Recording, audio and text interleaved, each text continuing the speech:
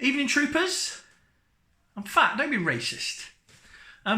Special report. Special report. After I've burped, obviously. Special report on tonight's subject, which is the OUYA. I was going to do this video anyway about the OUYA. OUYA! But it turns out that there's been a development in the OUYA situation that I'd missed, which is weird, because I've been following the situation since 2012 because I love a good disaster. And it is a disaster. Razer, who bought OUYA, have announced that on June the 25th, it's all gone. All gone. Servers turned off, storefront going, the lot. Most apps won't work, you can't create a new account. The accounts you've got probably won't work anymore. Ta-ta! Thanks for everything! All gone. And that's a shame, but as North Korean leaders say, it's inevitable.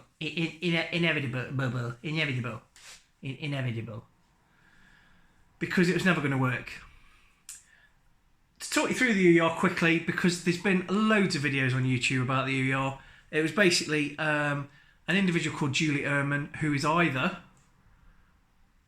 a chancer or a swivel-eyed lunatic or somewhere in the middle. Swivel-eyed lunatic, chancer, in the middle. And she decided that she thought she could put mobile games on a home console for the television. Honestly, watch any interview with her. She is hilarious. She is bonkers in the nut in the most lovely way. And I think she probably always had the best intentions, but she is just cuckoo for Cocoa Pops. And she's a joy every interview. And she keeps saying, oh, it's for the television. There's no special parts in here. These are all off-the-shelf parts. It's for the television. And it didn't work at all. So her thinking was a little console that's essentially a Raspberry Pi with a reasonable processor and stuff like that and junk in a pretty box. Sell it for 100 quid. And ideally, all the games would be free. That was her original plan, but that fell by the way. And she raised $8.5 million. I don't know whether that's a lot for this gig or not enough. Spoiler alert, history seems to have proven it wasn't enough. And I don't get it because I think, like she said, most of the internal bits, especially on the console, were off-the-shelf Raspberry Pi stuff. The software was like Android Jelly Bean 4.1 or something. And the controller, the controller's the only bit where any design took place. And it looks quite pretty when you're holding it in your hand. It's not amazing. But the actual ergonomics of it are quite good. And I can't actually work out where they got the idea for the ergonomics for the OUYA console controller, because it's a unique take on it, really.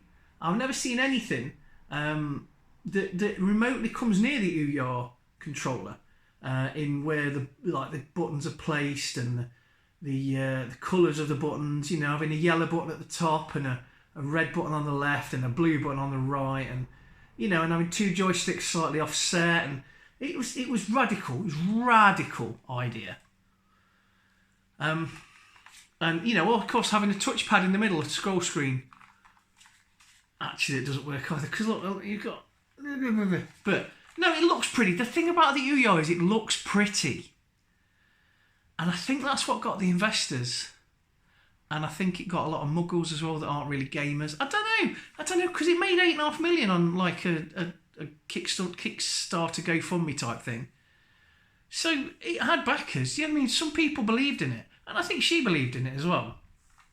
But it's going to be put in 4 days. But it really is a piece of gaming history. And no, it is a piece of gaming history because this is an individual who from nowhere had an idea that was bonkers, but she had that idea, she got the money together, And for a split second, it looked like she was going to be challenging the big three, you know, Microsoft, Sony and Nintendo. It looked like she was going to be mixing it with them. Because at the time, if you look at what we got, in 2012 it came out, so the PS3's towards end of life there. 360's midlife, towards end of life. The Wii U was very lackluster, didn't really work.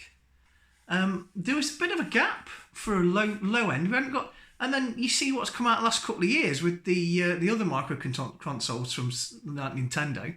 That was harder to say than it needed to be. The other micro consoles from Nintendo, the NES and SNES Mini and the PlayStation Mini, which are essentially worse than the OUYA. Because at least the OUYA was online, and you can download stuff with it. But I think things like the Amazon Stick beat her to the chase, because the Amazon Stick's got all games on now, and you can get controllers for it, I think.